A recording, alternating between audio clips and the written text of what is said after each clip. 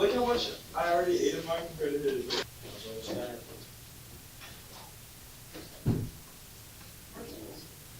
So we didn't really get to this stuff. We didn't get to do very much with this. We just, barely touched on it when we were doing some review, but let's talk about it. Just do a couple really simple ones. Very, very easy stuff. So this is gonna make sense. If we wanna simplify a rational expression like this, it's the same thing that we'd be doing if we were simplifying with numbers. Like what if I had something like 6 over 15? What does that reduce to? 2/5, right? How come? Okay, the reason it simplifies to 2/5 is because on the top, that factors into 2 times 3, and on the bottom, it factors into 5 times 3, right? So when we factor the top number and we factor the bottom number, and we cancel like factors, we get 2/5, right? It's the same exact strategy when we're dealing with polynomials. So we're just going to factor the top and the bottom, and then see if we can cancel any like factors. So the top is already factored. One factor on the top, x minus 9. What about the bottom? It's a quadratic trinomial. Can we find magic numbers?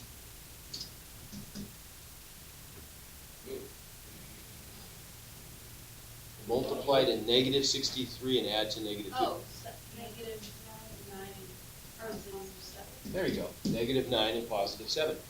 So then we could cancel the negative 9s, which just gives me a 1 on the top, right?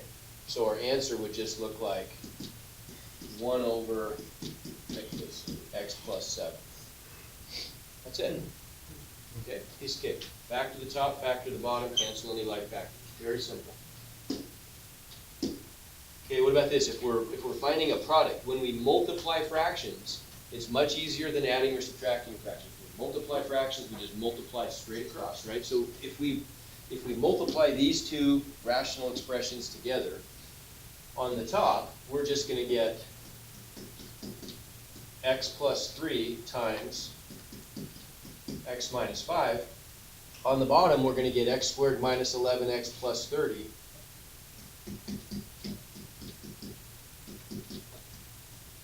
Times x plus 1. Just got to put them all in parentheses. Okay, but that's done, that's factored, that's factored, that's factored. What about this one? Can we split that apart into 2? So what about this part right here? The rest of it's already done.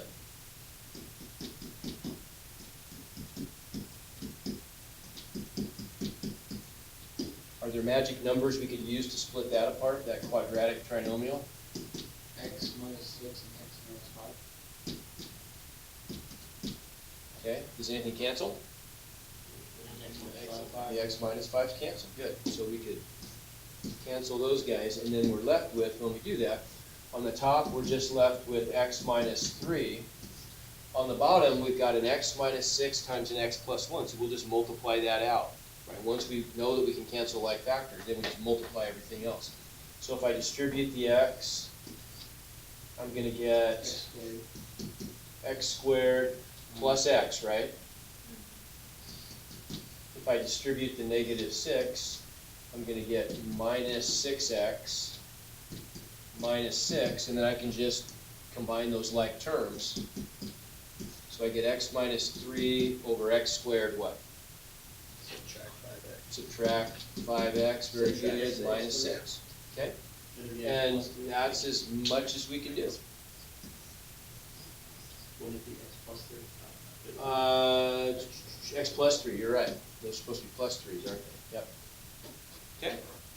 Make sense? Okay, so when you're multiplying rational expressions, you just multiply straight across, factor everything on top, everything on the bottom, look for like factors, cancel them if they're there. Whatever's left over, you just multiply out everything on top and everything on the bottom is still there. Okay? Very simple. Okay, now what about solving proportions? Okay, so when we're solving rational equations, we didn't really get that far. And that's something you guys will just pick up next year. But we'll look at this one easy one. If you're solving a proportion, you already know how to do this. You just cross multiply, exactly. So we're just going to do that cross product times that cross product. So the blue cross product is just gonna be 5 times the quantity 2x minus 21. And that's equal to the red cross product, which is 15 times the quantity x plus 1. That's pretty easy, right? All we gotta do is just expand everything out. So if I distribute the 5, I'm just gonna get a 10x minus 105 equals 15x plus 15. Which direction should we push the x's? To the right. To the right, good. So we'll subtract 10x on both sides. Which direction should we push the numbers? To the left. And so we end up with 5x equals negative 120. So I divide each side by 5, right? And what's that give me? 24, negative 24? There it is. Okay, no big deal. Okay, we'll just close out with a couple of these. So simplifying, that's simplifying radicals. It's kind of a warm-up, actually. So simplifying radicals, what would I do with my 18? Okay, 9 and 2, and the 9 breaks up into 3. Okay, so I'm getting a couple of 3s and a single 2, right? So I end up with, what goes outside? 3. What goes inside? 2. There it is. Okay. All right, so the last thing I want to just close up with, and then we have just a little bit left to do, very little left to do on Monday. So a little bit of kind of a review of some stuff that we touched on briefly earlier in the year, but you would have maybe talked about a little bit in Algebra 1. Maybe you didn't talk about it at all, but it's very simple. Stuff you want to know going into next year. Radicals and rational exponents. So here's a good trick. Not really a trick, but it's a relationship that we can use to our advantage. So if I have the nth root of a, so n could be 2, it would be a square root if n is 2, it would be a cube root if n is 3, it would be a fourth root if n is 4, etc. The nth root of a, we can always write as a fractional exponent as a to the 1 over n. You're probably familiar with that, okay? So just a little bit of quick practice then. How would I write the cube root of 2 using a fractional exponent? Good, yeah, 2 to the 1/3. Good, that would be 2.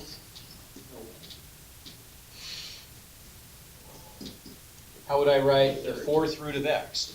Because it's a 3 to the power. Okay, does that make sense? X to the 1/4. So when we're taking a root, we always get a 1 on the top, and whatever kind of root it is, we call that the index of the radical, which tells us what kind of root it is. That number goes on the bottom.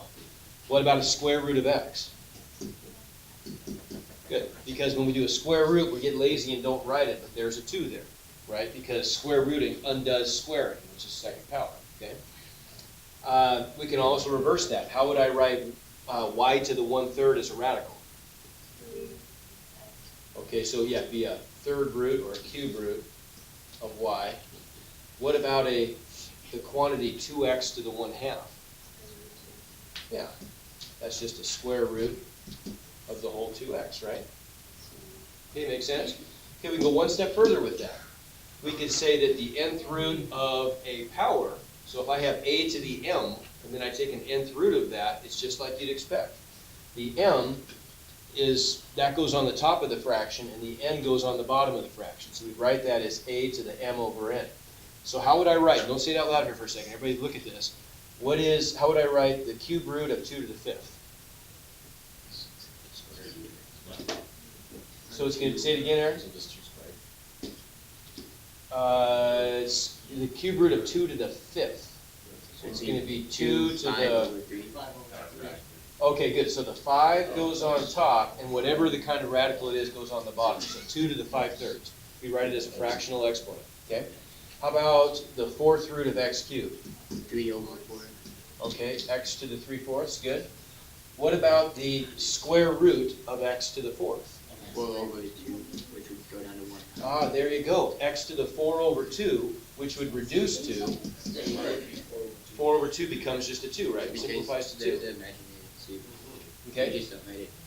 So now, what about this one? This would be 7 over x to the 7 halves, and this would be x to the 5 halves. X to the 5 halves, good.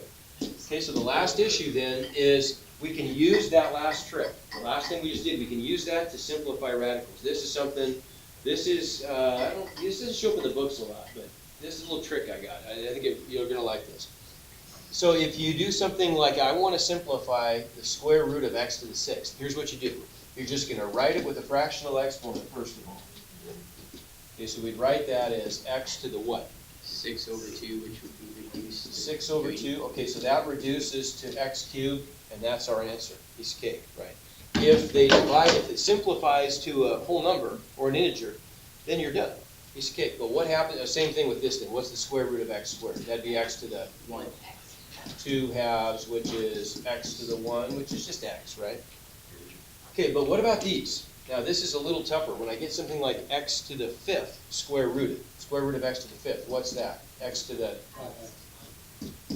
5 halves. Here's the trick. We're going to write that as x. We're going to write that fractional exponent. If it stays a fraction, it doesn't reduce. We'll write it as a mixed number. So what is 5 halves as a mixed number? 2, 1 half. Okay, it's 2 1/2, right? Which really means 2 plus 1/2. 2 1/2 means 2 plus 1/2, same thing. So here's the trick then. What that's going to end up being, that's going to be everything, so this part right here, the x squared, Does it go in front of the x? that's going to go in front, right? We're always, when we simplify a radical, we're always trying to get as much stuff out of the radical as possible. So we're going to end up with some outside stuff and some inside stuff. So the 2 ends up being the outside stuff. I get an x squared, and the 1/2 becomes the inside stuff. X to the 1/2 is the same thing as the square root of x, isn't it? Right? So there's an x to the, we don't write this, but there's my 1, and there's my 2, right? The x to the 1/2 part looks like that, a square root of x. Okay? What about the square root of x to the 7th? Same trick. X That's to going to the be cube, x to the 7 halves. which becomes x to the cube. So that's x to the what is a mixed number? Cube. 3, Okay, so x to the 3 and 2. 1/2, right? Good. So then we're going to end up with an outside part and an inside part. What goes outside? 3. cube, X cubed. What goes inside? x. X to the 1, right? Make sense? Okay, so we could even do that with numbers. It really doesn't make it any harder if we add, oops, don't want to do that. It really doesn't make it any harder if we just do that with numbers, right? We're going to end up with the same kind of a deal. We're going to end up with an outside part and an inside part, okay? So I end up with, let's take care of the numbers first. That's no big deal. The square root of 12 breaks up into what?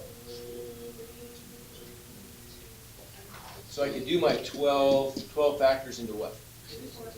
Okay, and the 4 breaks up into 2 and 2. Okay, so I'm going to get a couple of 2's and a single 3, right? So I get a 2 outside and a 3 inside. Here's the part we want to focus on, though. What about that x square root of x to the 4th? That's going to become an x to what? X to what? the second power. Okay, good. It starts off with a 4 halves, which ends up being x squared. So there is no fraction in that one, right? All we get is a whole number exponent, and so all of the x comes outside. Okay? Last one, let's try this bottom one. So if I get the square root of 20x to the 7th, I got to figure out what goes out and what stays in. Well, let's deal with the number part first. Okay, boys. So 20 breaks up into, okay, and the 4 becomes a couple of 2's. So 2, 5. So I get a couple of 2's. So the 2 goes out and the 5 stays in. There you go, single 5. So couples go out, singles stay in. I got a 2 out. I get a 5 in. Now let's focus on that, X cubed. the square root of x to the 7th. So that becomes x to the Cube. 7 halves, which is the same as X cubed. x And to 1 the half. 3 and 1/2. There you go. Right? So And you get- outside, what do we get? Inside, we get X to the x to the, and then my 1/2. And then the I don't 2. write the numbers, right? They're just assumed. Okay? Make sense? Yeah. Okay? All right, so that takes care of some stuff. Now, we can use that here too. We'll see if we get through this. This would be absolutely the last one we could do if we even get through this one. So when we're trying to simplify a radical like this, where it's a fraction, first of all, we want to see if we can simplify inside the radical. Like does 63 over 5 reduce? No, it doesn't, right? Could I take care of dividing like bases? I don't have like bases. I've got x's and y's. So we're stuck with what we've got, right? But if I have a square root of a fraction, the first step is we're going to break it up into separate square roots. So I've got the square root of 63x to the 5th divided by The square root of 5. the square root of 5y. And then all I'm going to do here is I'm going to try to simplify the top and the bottom as much as possible. So what about the top? Couldn't we do the thing that we just did? We can. We can do the thing we just did. So I've got on the top, I'm going to get some outside stuff and some inside stuff. So let's let's deal with the 63. So okay, I heard 9 and 7. I heard it. So it's 9 gonna breaks be a up 3 and a into 7. So the 3's go out and 7 stays in. good. So we get a couple of 3's, single 7. So we get a 7 in and a 3 out. Now what about this? If I X to have the a square cube. root of x to the 5th, X to the cube. yeah, that's x to 5 halves power. How's that going to work? X to the cube. I mean square. Right, I've got it, x to the 5 halves, so that becomes x to the, Square. 5 halves is what is a mixed number? Two. Good, so I get 2 and 1 half, right? Okay, divided by, nothing I can do on the bottom, right? 5, 1. Okay, so what's we know this rule, no tense in the basement, right? So if I get a stranded square root in the denominator, what do?